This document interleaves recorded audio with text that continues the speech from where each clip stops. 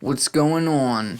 Welcome to Elite Sports Talk. This is episode number 5. I hope everybody's having a good afternoon. Today is Tuesday, June 17th, and we are closing in on crowning a new NBA and NHL champion. Well, potentially new NHL champs, depending on tonight's Game 6 outcome. First, we're going to get to a little bit of NHL news. This came about almost a week ago.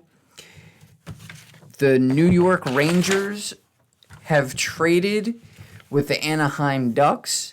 Anaheim has acquired the left winger Chris Kreider plus a 2025 fourth round pick, while on the other hand, New York receives the center Carey Terrence plus a 2025 third round pick. So this is going to be, I think, something great to come for the Anaheim Ducks. They have a decent mix now of both young guys with a lot of veterans. And there is so much really to love about this trade, really for both sides. But I'm an Anaheim Ducks fan, so I'm going to focus a little bit on Anaheim. Now, if you don't know, Chris Kreider's been around for many years now. I believe he's been in the league for 13 years. He has played so many years for the Rangers. He's been so great. He is actually the top goal scorer in New York Rangers playoff history. He's also the only NHL player to score 300 goals, 100 power play goals, 50 game-winning goals, and 10 shootout goals since the 2012-2013 season. He also is one of only he's one of 6 players with at least 149 goals and 24 playoff goals the past 4 seasons. The others that have also done this are Connor McDavid, Leon Draisaitl, surprise, surprise, Mikko Rantanen, Nathan MacKinnon, and Sam Reinhart. And obviously we know that 3 of those people are right now playing for the Cup. So that just shows you how great the Chris Kreider is. And again, not only did they get a 2025 fourth round pick, but they also reacquired their own 2025 fourth round selection that they had actually traded to the Rangers for Jacob Trouba. And I believe that was earlier in the season, in the regular season, that happened. The Ducks general manager, Pat Verbeek, said that he has size, speed, he's a clutch performer that elevates his game in big moments, and also Chris upgrades both of our special team units, something we really needed to address. The 2-time NHL All-Star is one of only 6 players to score at least 149 regular season and 24 playoff goals in the last 4 seasons, like I just said, joining Nathan MacKinnon, Leon Draisaitl, Connor McDavid, Mikko Rantanen, Sam Reinhart. Since the start of 2021-22, Kreider leads the NHL in shorthanded goals with 13 and is 5th in power play goals with 58, one ahead of both Alex Ovechkin and Austin Matthews. Kreider has scored 30 or more goals in 3 of the last 4 seasons, while he's also netted 20 or more goals in a season 10 times throughout his career. Since entering the league in 2012-2013 season, he's the only player to score 300 goals, 100 power play goals. I already said that. He also ranks 10th among NHL skaters in goals since his debut. Kreider scored a natural hat trick in the 3rd period of the clinching Game 6 in the 2024 second round of the playoffs versus the Carolina Hurricanes in a span of 8 minutes and 58 seconds. The Rangers advanced to the Eastern Conference Final with him doing that against Carolina. He joined Mark Messier and Wayne Gretzky when he did that, when he scored 3 goals in one period. And Mark Messier obviously did that way back in 94 in the conference finals, while Wayne Gretzky did it in the 1997 quarterfinals. And those are the only other 2 Rangers players in New York history with 3 goals in a playoff period. So again, just shows you how great of a player this guy really is. He's also one of 8 players in the Stanley Cup playoff history to score the natural hat trick in a third period, and the third player in Rangers history to score a hat trick in an elimination game. How about that? He served as the alternate captain for the past 7 years now for the New York Rangers, and he was actually signed to a long-term, a 7-year contract through the 26-27 NHL season back in 2020, and in 21-22, which was arguably the best year of his career, he scored a career-high 52 goals, 26 power play goals, 11 game-winning goals, and 77 points that season, setting Rangers records in a single season for power play goals and game-winning goals, while he became the only player in NHL history to record 50 goals, 25 power play goals, 3 shootout goals, and 10 game-winning goals in a season. Including the regular season 21-22, his 62 goals were tied with Adam Graves from 93-94 for the most in a single season in Rangers franchise history. So again, we're getting somebody who has tied for first in Rangers history in power play goals, franchise record for the Rangers for goals in the playoffs with 48, and games played in the playoffs with 123. He is just, it's going to be a breath of fresh air, and hopefully it gets them back on the right track to get them, back to the playoffs. They haven't been to the playoffs since, I want to say 2018-19 maybe. It was a bit of a downfall for the Ducks when they had lost Ryan Getzlaf. They actually were probably the only team in the league that didn't have a captain for, it was about 2 seasons. We also lost Corey Perry. He was after Ryan Getzlaf. Over the past 7 seasons or so, they haven't been a great team to watch. But so far, things are looking up for next season and beyond. We were only about 16 points, I think, out of the playoffs. So we should certainly be gaining. Now, yes, of course, it's still going to be a tough conference. You're looking at the Oilers right now, who are in the Cup for the second straight year. You got the Vegas Golden Knights. You got Dallas, who's made it to the conference finals the past 3 years now. And other teams like Colorado. So, this isn't going to necessarily put them ahead of any of those teams, but it gives them a fighting chance to at least try to get to the playoffs and maybe win some games over one of these teams in the playoffs. Also, I just wanted to say, because again, where I'm coming from, I'm doing this show from 15 minutes out of Philadelphia. I'm in South Jersey. And on that note, I'm just learning about this myself, but the Philadelphia Flyers on May, I believe it was 14th, hired Rick Tocchet as their new head coach. And if you don't know, he bounced around when he played, and even as a coach, he's bounced around from team to team. But he did play for a little while with the Flyers. So that's great for Flyers fans if this is something you were hoping to see. It's a little bit strange because he has been doing a decent job as a coach in the NHL. And from what I read, apparently Vancouver Canucks did not exercise the team option to keep him around, and he was there for 2 seasons. So kind of worked out because he has family on the East Coast.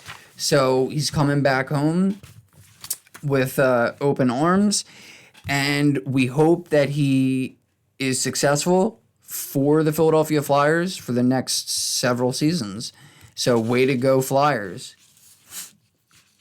And now tonight we have Game 6 of the NHL Finals. The game the other night, it left a lot to be desired. It was also the second straight game that Calvin Pickard was in the net. And this time, it didn't go so well for him or his team. Pickard ended up he allowed 4 goals on only 18 shots, save percentage of less than 78%. That's not great, not at all. That's not going to win you a game tonight and get you to a Game 7. So, with that being said, news came out a little earlier today. Edmonton is going back to Stuart Skinner tonight. But first, let's just dissect what happened the other night. The final score was 5-2, of course. Sam Bennett, Marchand had 2 goals. Reinhart had a goal. Kachuk had an assist. Lundell with an assist. Luo Starinen had a goal and an assist. Oh, and Alexander Barkov with an assist. And then you look at Bobrovsky. He had only 2 goals allowed. So he got back on track. Congratulations to Bobrovsky. But tonight, I think you got to start. I mean, you got to finish what you started the other night. We hadn't seen really a lot out of McDavid. We certainly hadn't seen him score a goal since the last round in the Western Conference Series. So him getting his first goal of the series, that's great. But hopefully we can see a little bit more of that tonight. Overall, Draisaitl had an assist. You had Bouchard, Ekholm, and Nurse all with an assist. And McDavid and Perry. Of course, Perry's been showing up pretty big for them in every game that he's been in, really. And so, yeah, we're going to have to... We got to get a lot more shots, man. We got to get a lot more shots on net. Only 21 shots against. So that's a recipe right there for failure. I want to see them score in the 30s, the high 30s maybe. The more shots, the better the opportunity and probability that you'll score a few. But they just gotta figure it out, because if they don't win tonight, it's all over. And if we know one thing about the Edmonton Oilers, we know that they are the comeback kings, especially this season and especially in the postseason. Again, they did go at one point 6 straight games that were all comeback victories in the postseason, which is extremely hard to do. So, also, Brad Marchand, when he had 2 goals the other night, he actually opened the doors for his legacy, and he did something historic, which is he became the first player to score at least 5 goals in 2 separate Stanley Cup series with 2 different teams. He scored 5 goals in 7 games for the Boston Bruins in the 2011 Stanley Cup Championship. And this time around, he has 6 goals in 5 games in the Stanley Cup. So, again, he's a great player. He really is. He came from the Boston Bruins, of course. He was with them a very long time. Nobody probably seen, that trade coming earlier this season, but it just gave them just one more piece to the puzzle, which looks like they could solve tonight to hoist Lord Stanley. yet again. But I'm kind of hoping that, Edmonton finds a way to get back in it like they've been doing. But back to Brad Marchand. So for him, this is the most this is the most games with 4 or more goals in a single playoffs, and it's the 15th time this postseason the Panthers have scored at least 4 goals, tied for second in Stanley Cup playoff history behind only the 91 Penguins. The Penguins had 16. And then you got, obviously, I just said the Panthers this year. And then you have the 1990 Oilers, the 84 Oilers, the 83 Islanders, and the 81 Islanders, all tied with 15 times. So now Marchand has 10 goals and 10 assists in 22 playoff games for the Panthers. He's just the 7th player in NHL history to have 5 or more goals in multiple Stanley Cup Finals, with Hall of Famer Mario Lemieux, who did it in 91 and 92. His 6 goals are the most in Stanley Cup Final for any player 35 or older, and the most by any player since Esa Tikkanen with the Oilers did it back in 88. His 5 goals on the road are the most in a Stanley Cup Final since Jack Adams of the Vancouver Millionaires scored 6 in 1922. I wanted to make sure I said that right. Yeah, it was 1922, not 92. It was 1922. And also we got some more stats of the NHL Finals. Brad Marchand has 6 goals in the Stanley Cup Final, again, joining Mario Lemieux as the only players in the modern era to score 5 or more goals in 2 different Stanley Cup Final series, which, again, that's the most since 1988. High danger goals. Corey Perry and Sam Bennett are tied for first in the playoffs with 8 high danger goals each. And if you don't know a high danger goal, it's one that results from a shot taken from a prime scoring area, typically close to the net, like the slot or just outside the crease. Skating speed, Connor McDavid, it's all over it. He leads the entire playoffs in top skating speed, reaching just under 24 miles an hour at 23.92. Shot speed was actually Winnipeg. Colin Miller had the highest recorded shot speed of the playoffs at 99.74, although Edmonton Oiler Evan Bouchard is a very close second with 99.62 mile an hour and has the most 90-plus mile an hour shots. Can you imagine? No wonder why these guys are missing so many teeth. You go down, you try to block the puck, it's coming at you. I never thought it could get to almost 100 miles an hour. That is insane. I've seen him 80, high 80s, but 99.62 mile an hour. Just imagine how many teeth would be left in your mouth after getting hit with that. Good thing the goalies wear the proper headgear. Team stats, goals per game. The Florida Panthers are leading the playoffs in goals per game with just over 4 per game. Sergei Bobrovsky leads all goalies in high danger saves. He's got 133 of those. And also a couple of other notable stats. The Oilers are the first team in the Stanley Cup history since the Montreal Canadiens in 1919 against the Seattle Metropolitans to overcome a 3-goal deficit on the road and win. So it's been 106 years since that feat has happened. Again, it was back in 1919 when the Montreal Canadiens were the first team back then to overcome a 3-goal deficit on the road and win against a team that doesn't even exist and hasn't existed in many, many years in the Seattle Metropolitans.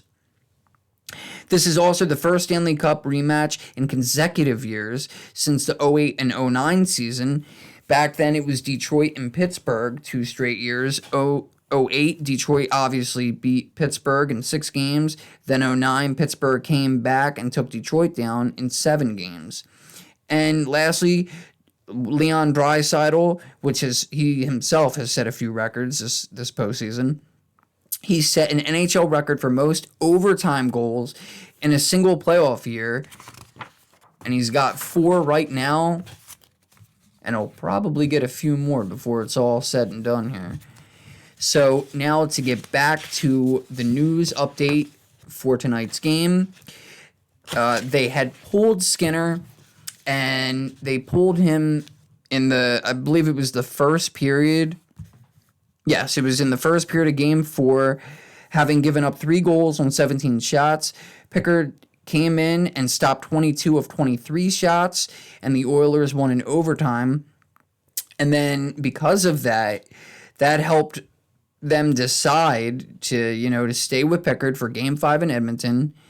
But after giving up 4 goals on only 18 shots in a 5-2 loss, they, strategically, they figured, maybe let's revisit this and let's think about putting our guy back in. Calvin Pickard has been very, very good for them, especially in the playoffs. He's been as great as you could be, really, with obviously except for the last game. But so now Skinner, who was also pulled in the third period of Game 3 blowout after giving up 5 goals of his own on only 23 shots, he said it was hard to watch Edmonton playing from the bench the past couple of games. And head coach Chris Noblo, he said, I think there were 6 games last year in elimination games that he played in, and every game that he played in, they were really solid, if not spectacular, performances. So with the season on the line, we've got a lot of confidence in him. 3 of those elimination games came against the Panthers, wild enough, right? Who failed to close out Edmonton in the 2024 Stanley Cup Final after building a 3-0 series lead, needing to win Game 7 to hoist the cup for the first time as a franchise. And Skinner was great in their Game 6 win in Edmonton, stopping 20 of 21, which forced that Game 7. So, in retrospect, I think it's a really good decision, especially, again, after so many very good games that Calvin Pickard had. For him to struggle the way that he did in that last game, I think it says a few things. Mainly, he hasn't been on the ice enough, and I think that going back to Skinner will ultimately be the reason whether they end up winning the Stanley Cup or not. So it's tough because, again, both of these goalies at times have played very, very good. Skinner is actually 26 years old right now. He was the Oilers' primary starter in the regular season, and he had a record of 26-18-4 in the 51 games that he started, and was their starter to begin the first round against the Los Angeles Kings. After he gave up 11 goals in the first 2 games of the series, he was replaced by the backup, which is Calvin Pickard, who is 33, by the way. But Pickard's been bouncing around the league. He's played with 6 different teams in 10 seasons. And even though he went 6-0 at one point, they ultimately ended up going back to Skinner. So again, I mean, in the postseason, minus the last game, yes, Pickard has been great. But Skinner is your guy. He's got the higher save percentage.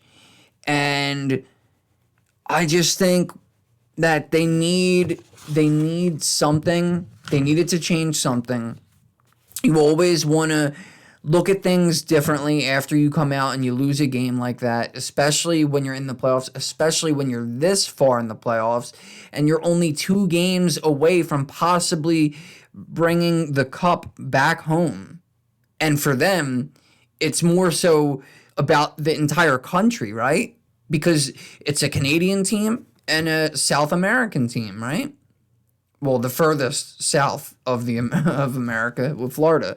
So I just think that he's going to do good. I think that Skinner is going to do good. I think ultimately He is going to be the reason why they win this game tonight. And that plus a heavy dose of obviously Draisaitl and McDavid. And with that being said, I will leave NHL and we will go to some NBA news. The New York Knicks are meeting with a couple of ex-coaches now. I mean, they already got denied when they tried to interview Jason Kidd, Ime Udoka, Chris Finch, Billy Donovan, and Quinn Snyder. So, what now? Well, I think that they should probably also try to look for other coaches than who they already are, but they're going to sit down and they're going to have a meeting with Mike Brown, which he's the ex-Sacramento Kings coach, Cleveland Cavaliers as well. I believe also, I want to say the Indiana Pacers. And they're also going to meet with the ex-Grizzlies head coach, Taylor Jenkins, who, a lot like Mike Malone, ended up getting fired, within a couple of weeks before the playoffs started. And I think we're going to get into those guys, but I think that there's also a couple others that they should probably think about interviewing. First, let's look at Taylor Jenkins. He has had, a decent coaching career to this point. Really, his best seasons were in 2021-22 with Memphis when he had a 68% win percentage. The team ended up going 56-26, although they were a 500 team in the postseason, only winning 6 games and losing 6. 22-23. They won 51 games. So again, that was, a pretty decent outcome, but then they went 2-4 in the postseason. 23-24, they backtracked a lot, and one of the reasons we all know, John Morant, he was not there. So when you don't have your all-star player, something like that's going to tend to happen. And then you got 24-25 this past year, where he had over 60% win percentage. They won 44, lost 29 games. And the funny thing is that they were actually in second place in the West. And I think for a good portion of the season, they were in second place. They ended up sliding down to fourth. And then there were so many teams jockeying for position. The Denver Nuggets ended up going up. I think the Clippers. So Memphis ended up dropping all the way to the play-in. And I'm assuming that maybe that's one of the reasons why they fired him. I never really looked into, because again, 1, 2, 3, he had 3 seasons where they won 60% or more of their games. And yeah, he was fired with 9 games remaining this year, actually, because he coached them for 73 games. And I don't know. That could be a decent pickup. I don't really see it. He was named Western Conference Coach of the Month 3 different times, once in 2019, once in 2021, again in 2022. And he did finish 3 different times in the top 10 for Coach of the Year award. He finished 6th in 2019. The 21-22 season was his best season, where he finished 2nd place. And 22-23, he finished in 10th. So, again, I just don't know that he's going to be the one to finish what Tom Thibodeau started. I don't see that. He's a decent head coach. But now let's get to Mike Brown. Mike Brown has been around for a very long time.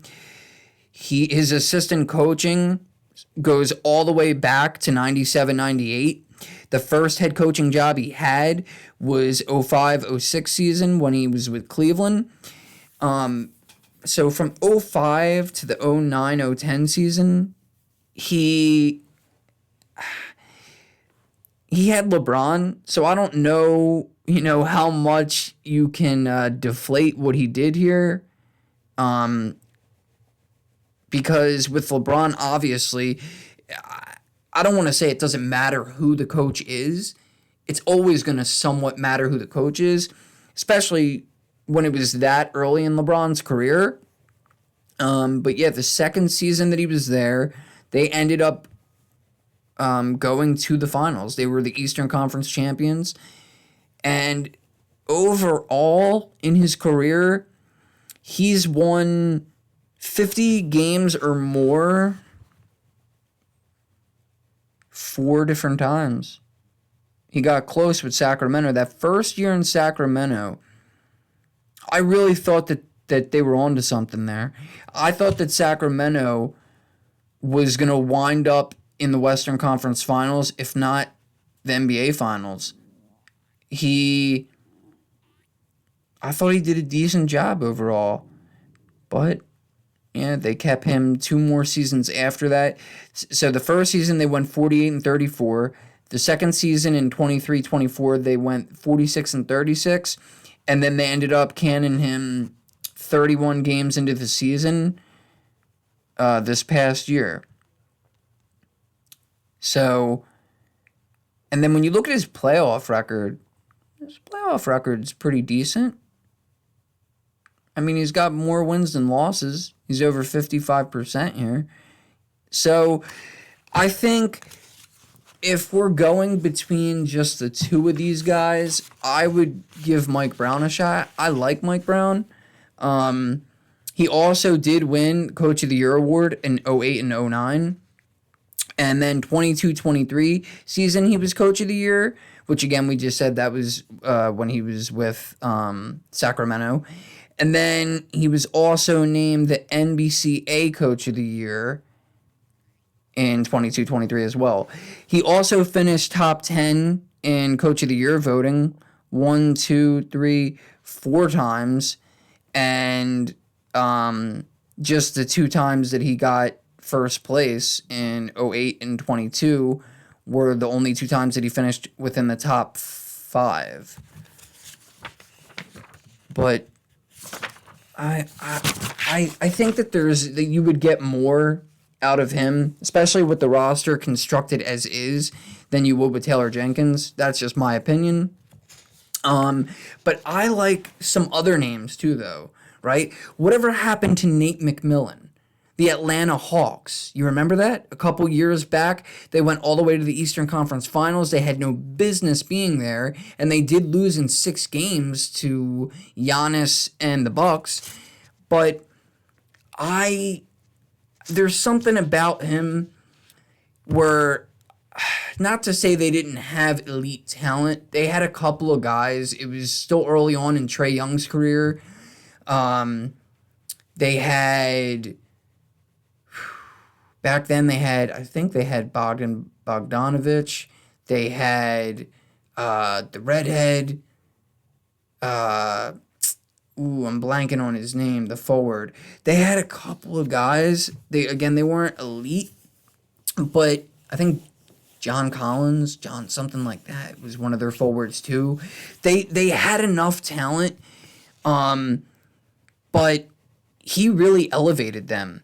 And I'm going to show you here. So let's look. He's been a coach in the NBA since 1999-2000 season, when Seattle Supersonics were still around. He was the assistant coach with them from 99 to 01. And then his first year as a head coach, they won. Now, they only had him for 67 games as the coach, but he got them 56, almost 57% win percentage. They won 38 games, lost 29.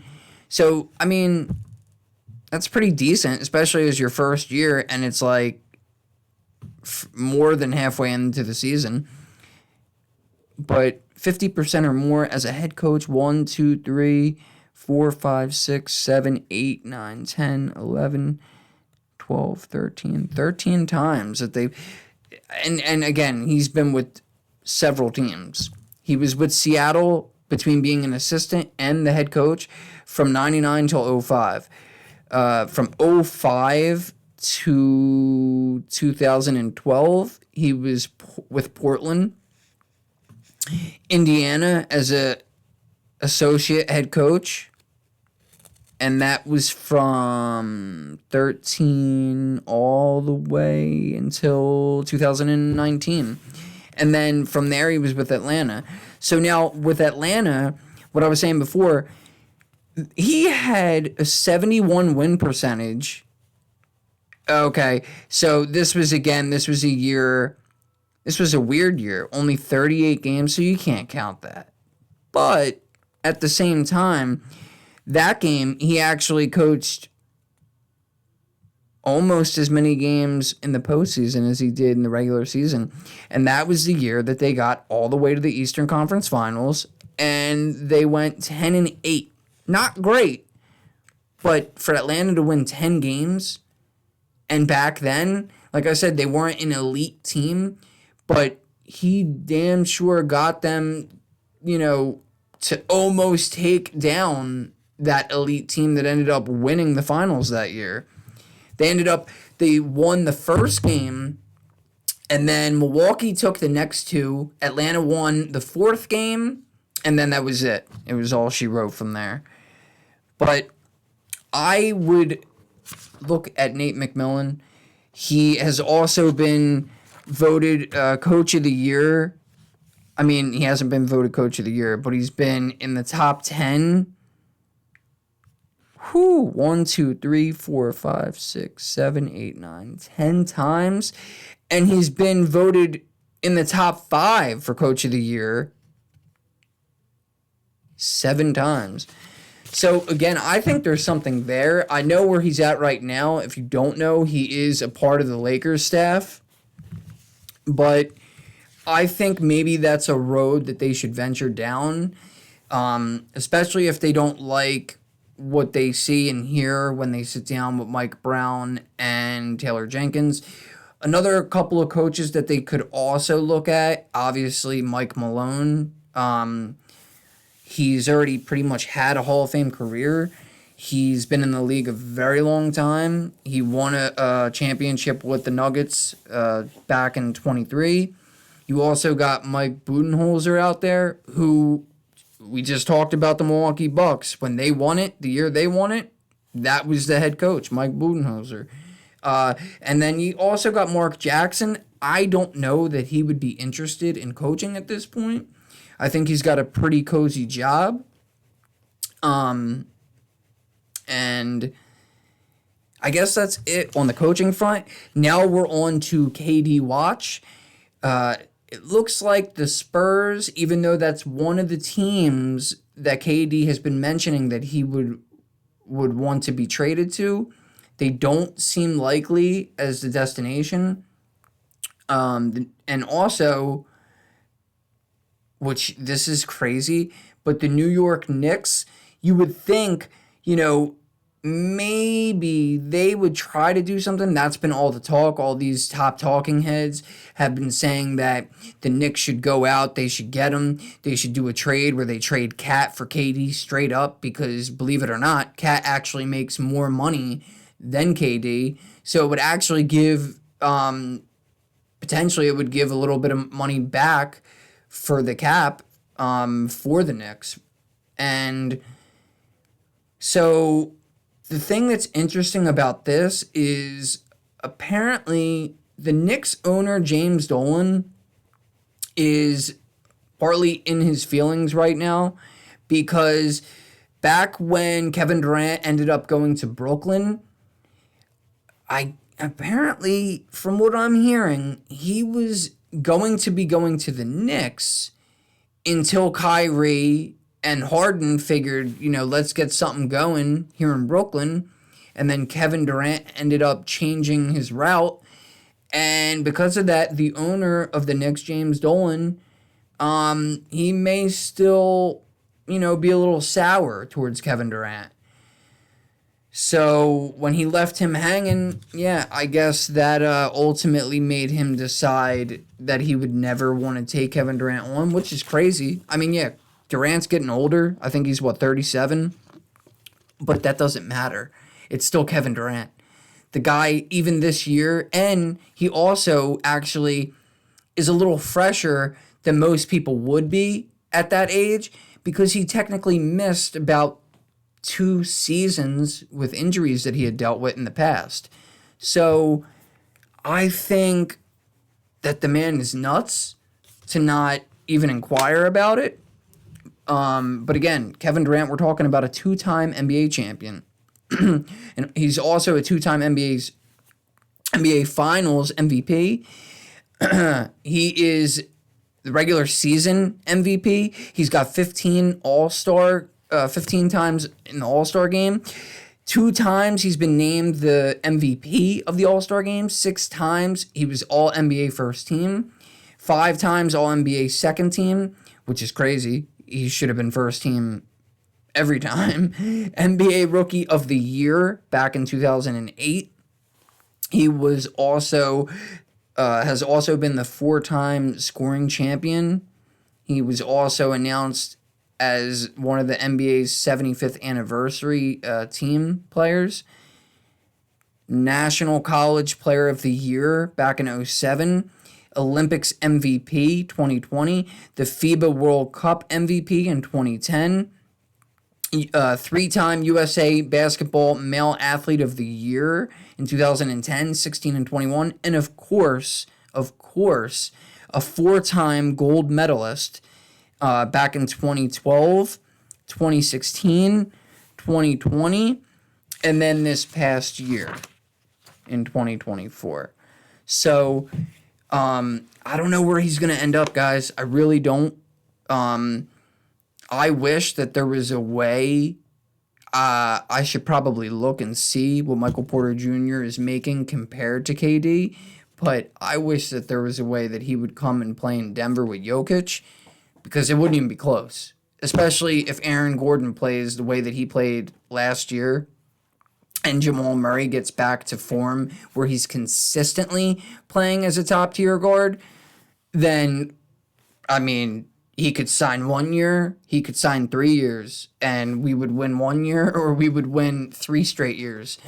But I don't think that that's going to happen. A lot of big name players don't necessarily like going to the small market teams. Not saying that that's always the case. I'm just saying you normally don't see that.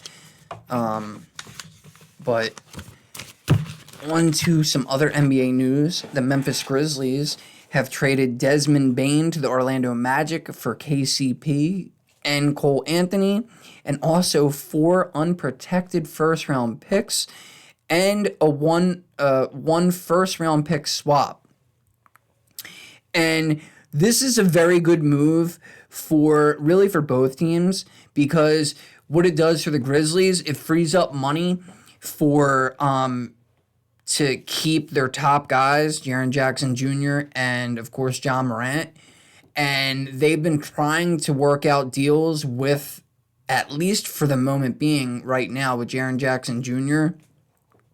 And they can also, load up with all these draft picks now in the future. And with a Western Conference as crowded as it's been and as dominant as it's been, it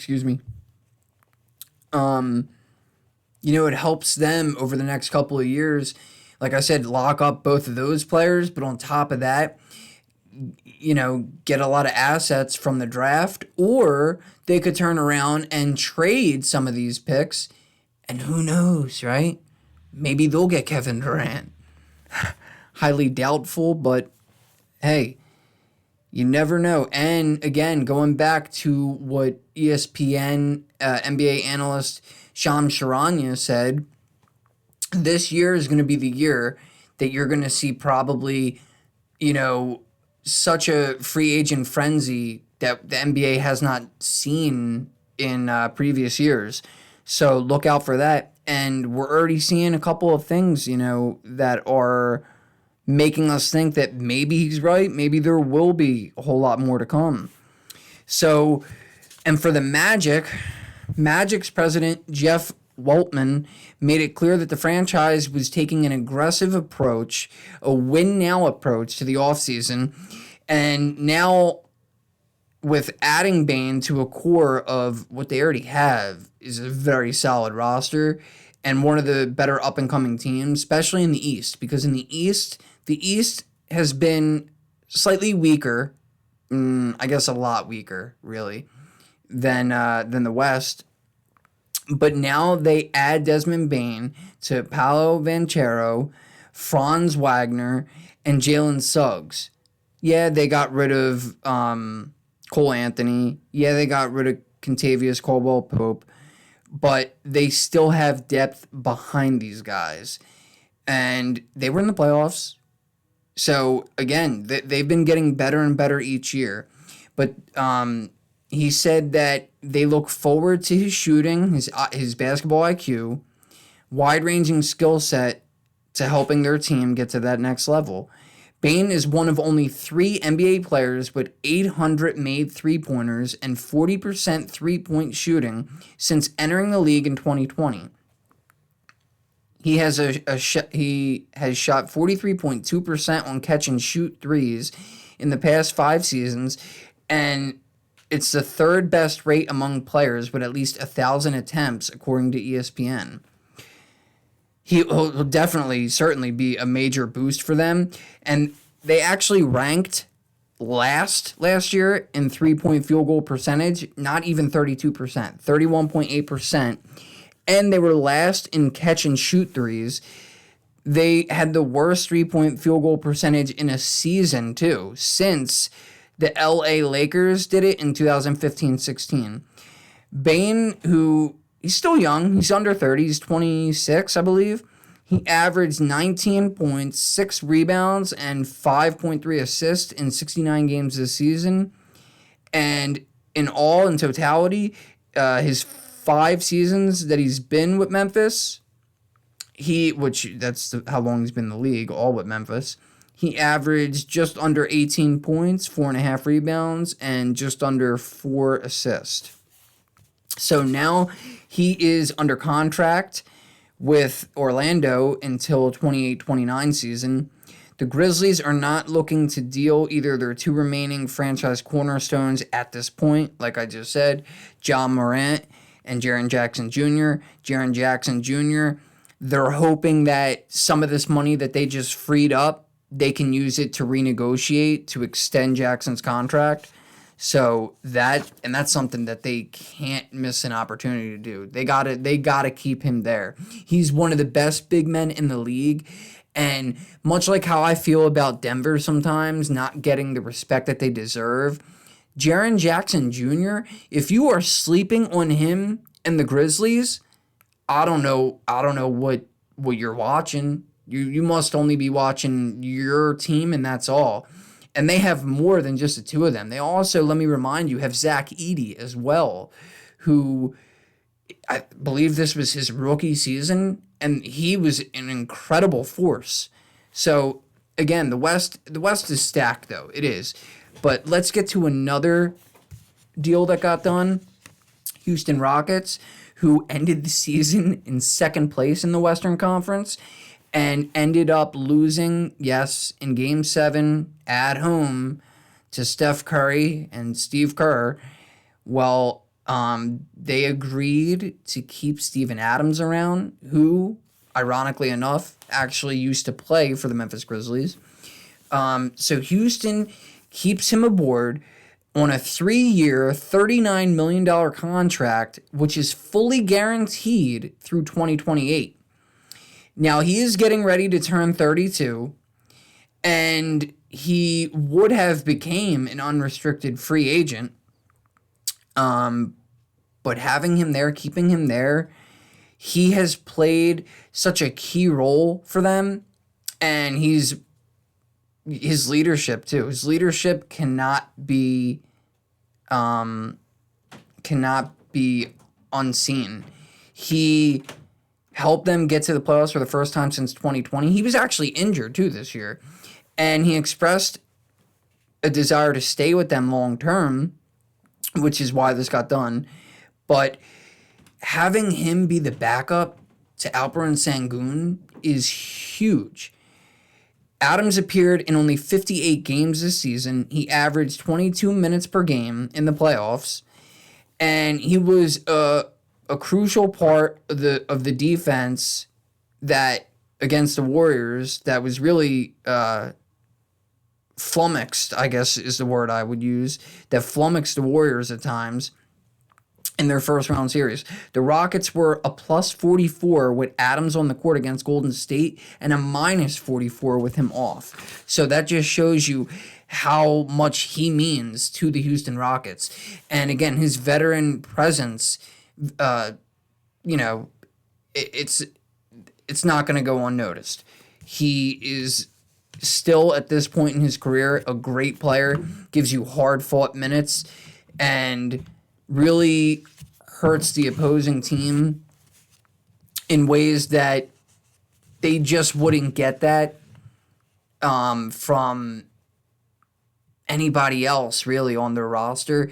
I mean, when Sengun comes out, they don't have another big that would intimidate the way that Sam Adams does. Or Steven Adams, I'm sorry, does. But also now, let's get to tonight. Well, tonight is the NHL, so let's backtrack for a second here because NBA don't play again until Thursday night. So last night, it was terrible. It was a terrible all-around performance for Halliburton. Not so much for the Pacers because really the Pacers ended up coming back from... They were almost down by 30 at one point. It was getting pretty bad there. But they fought back into it. And it was about midway through the fourth that they were only down by about 3 points. And then from that point on, something clicked. And OKC just ran away with it. But again, Halliburton all around, it was a very bad performance. And see, I don't know how many shots he took before getting hurt because he got hurt in the first half of the game. Now they're saying that it's actually a strain. So he has a right calf strain. You've seen him with the wrap on his leg. When he came back in, he just really wasn't himself. Sure, he was still passing the ball around, but he wasn't really taking too many shots, and he couldn't get by a defender, which is something that he's not used to. He didn't really have the greatest open looks, but even if he had an open look, he wasn't shooting it. He was just passing it.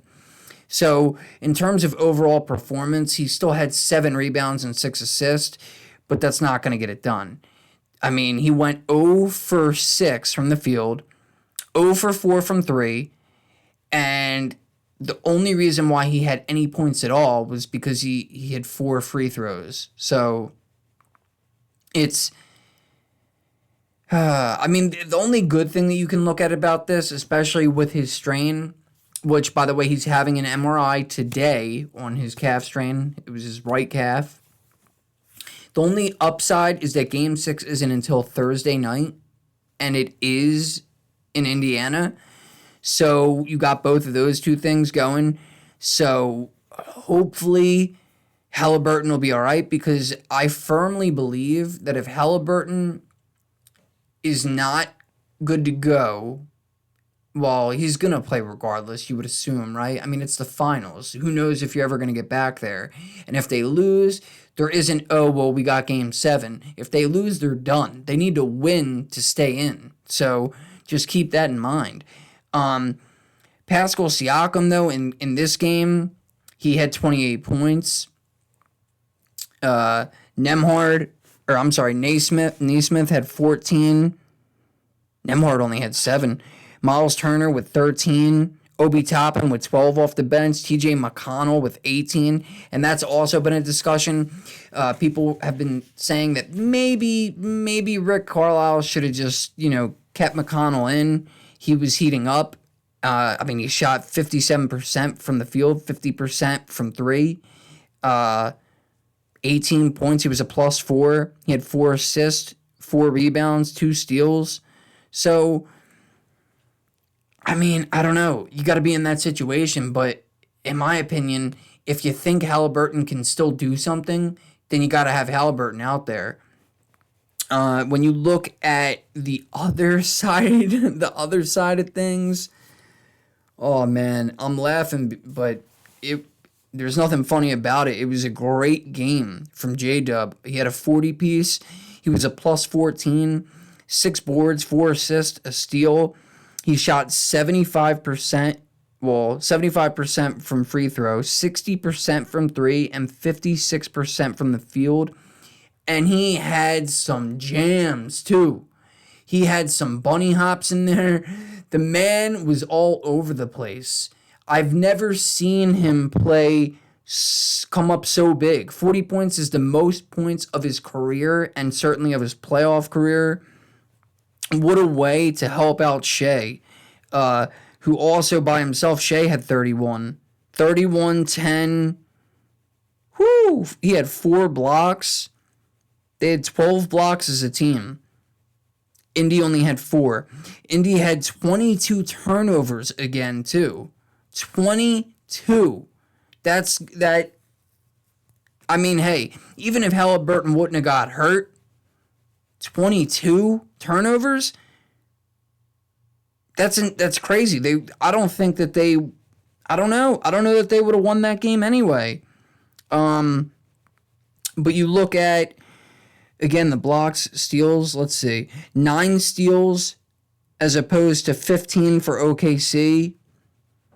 The rebounding game was also won by, that was Indiana. They had 50 to 45, the OKC had. Offensively, they out-rebounded Indiana by 1 rebound.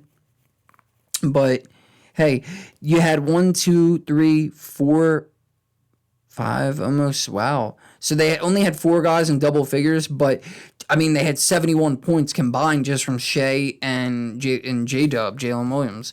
So that was going to be hard to overcome.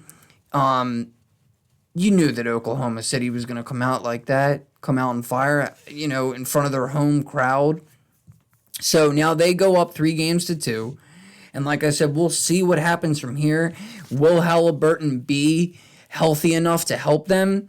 Because here's the thing.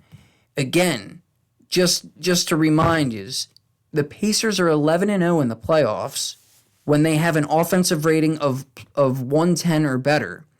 They're 11-1 when Halliburton gets at least 8 assists. They're 8-1 when he scores at least 20 points. So, and also, they're also 8-0 when 6 players are in double figures. So they're not completely done. They got a chance. We'll see. We'll see what happens on Thursday night in Indiana. I don't know though. I think it's looking like it's going to be OKC's year. It's been their year all year. So it's not that far-fetched to see them winning it, especially the way that Jalen Williams came out, him and SGA together, 71 points. It's going to be tough. It's going to be tough for anybody, for any team to beat. So what else? Let's get on to... Did that. Let's get on to... I got a little bit of NFL that we can talk about here, and then I'll get out of here. So Cincinnati and Trey Hendrickson, we all know about his holdout. They actually, today it was announced that they are revisiting contract talks, and we know what he's looking for, Trey Hendrickson. He's seeking a closer average per year salary towards the top of the league, edge rushers. And this comes after, again, back-to-back seasons leading the league in sacks. He didn't attend the Bengals mandatory minicamp, so with that being said, he's obviously going to get fined. It's reported that he was fined $105,000 for not attending. It was a 3-day mini camp, but it was mandatory. He's looking to get around $40 million a year, which is what Myles Garrett just got. And the interesting thing is, hey, anybody that's saying, that's way too much money, or if the Bengals are looking at that and saying, well, why would we give him the same or even more than Myles Garrett? Well, maybe because he only has one more sack than Trey Hendrickson in the past 3 years. Myles Garrett has had 44. Trey Hendrickson has had 43. So, and I mean, again, it's for Cincinnati, it would be devastating to not get him back, because if it wasn't for their defense last year, and that was with Trey, if it wasn't for their defense last year, we would have been looking at the Cincinnati Bengals in a whole different light. We would have been looking at Joe Burrow with one of the greatest seasons that a quarterback has ever had. We would have had him the MVP. But so yeah, they gotta figure something out. But it looks like they're getting closer to resolving that issue. You also still got T.J. Watt, who's also hoping to get a new deal. Now, his is also interesting. He's 30 years old, yet he still finished with 11.5 sacks and a league-leading 6 forced fumbles while placing 4th in the AP Defensive Player of the Year voting. He had 61 tackles, 40 solo, again 11.5 sacks with 6 forced fumbles, and 4 passes defended. So you got both of those guys. You got the situation with Jonnu Smith, Miami's tight end. You also got Jalen Ramsey, who's looking to be dealt. Trade talks have kind of simmered down for him. Again, with him, it's more so just about his average salary, which is about $17 million.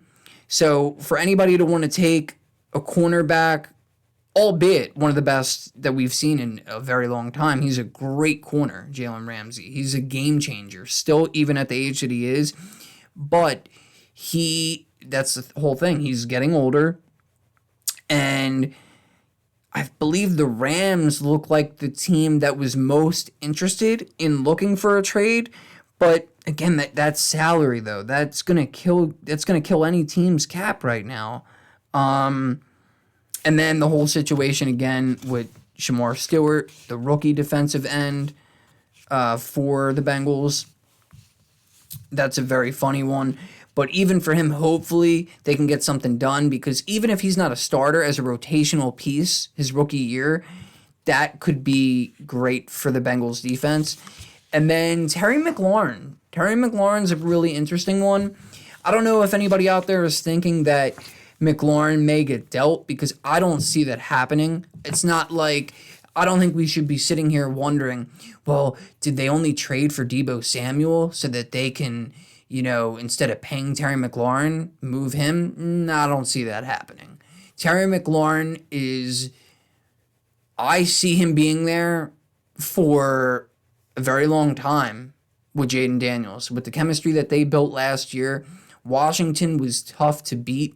And I wholeheartedly believe if they would have seen any other team than the Philadelphia Eagles, Washington would have been in the Super Bowl last year. Now, I don't know if I want to go as far as say they would have beat the Chiefs. I really don't know. But what we've seen out of Detroit, the powerhouse that Detroit's offense was last year, and what happened?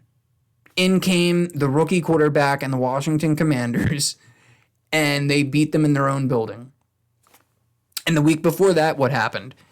Washington almost lost, but they didn't. They came back, and they ended up beating Tampa Bay Buccaneers. So, and Tampa had a really good year too. So again, Terry McLaurin, he needs to be there. He's the staple of that offense, just as much as T.J. Watt is the staple of the Pittsburgh Steelers defense. Let's get these contracts done. Let's get these guys ready. We got more off-season workouts, and we got camp coming up. at the end of July.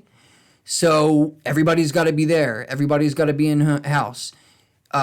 Lastly, we got a new signing. The Saints signed running back Cam Akers to a 1-year deal after minicamp tryout. New Orleans Saints on Friday signed running back Cam Akers to a 1-year deal. And now he is joining Alvin Kamara, Clyde Edwards-Helaire, Kendre Miller, and their rookie 6th-round pick, Devin Neal. Akers is getting ready to turn 26. He was actually, if you don't remember, a 2nd-round draft pick by the Rams back in 2020. He spent his first three seasons of his career there before he was traded to Minnesota in 2023. And then he ended up signing with the Houston Texans last season. And then after that didn't work out, he ended up having a second stint with the Vikings after he was traded to Minnesota midseason last fall. And I actually have always kind of liked Cam Akers. He is a physical runner.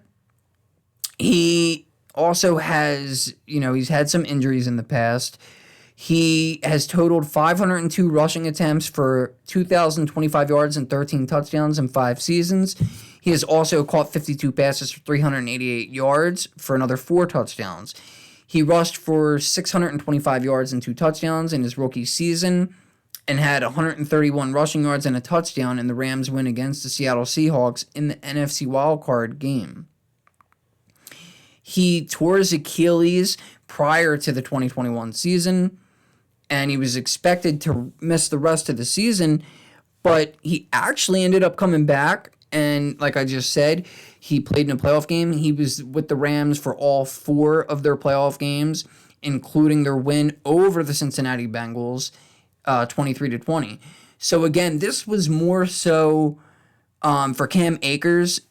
It's a shame, but it was more so just he bounced around because of his injury history. But given an opportunity, I think that it's not like he's going to win the starting job for the Saints or any other team. But if somebody goes down, he could be the next guy up. And especially on this team, really, on the Saints, I don't see Clyde Edwards-Helaire making the roster unless they cut Cam Akers for him. Kendre Miller, I don't really know what their game plan is with him. I thought he was going to get more work last season than he did, especially with them not being such a great team. And Kamara was a little banged up. But, yeah, so I guess we'll see what happens. And going forward, things to come, I'm going to have my way too early NFL power rankings. I wanted to have that done by today, but I didn't get that done. So hopefully by tomorrow, if not tomorrow, certainly by Thursday. I'm also going to be doing the record projections for all the AFC North and the NFC North teams. I'm going to also have a rundown and some picks for the 2025. I'm going to do a rundown of my picks, rather, for the 2025 Sunday Night Football and Monday Night Football games, plus more.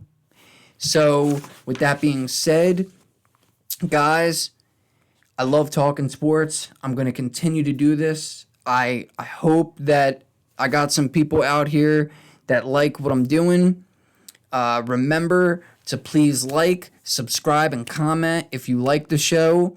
You can find Elite Sports Talk on Spotify, iHeartRadio, Apple Music, Amazon Music, and Audible. And I'm also on YouTube, by the way. It's Elite Sports Talk Podcast, one word. Again, that's Elite Sports Talk Podcast, all one word. That's on YouTube. And look for the link in the description of my show for the website. This was episode number 5. We got episode 6 coming soon. Thank you guys, and talk to you later.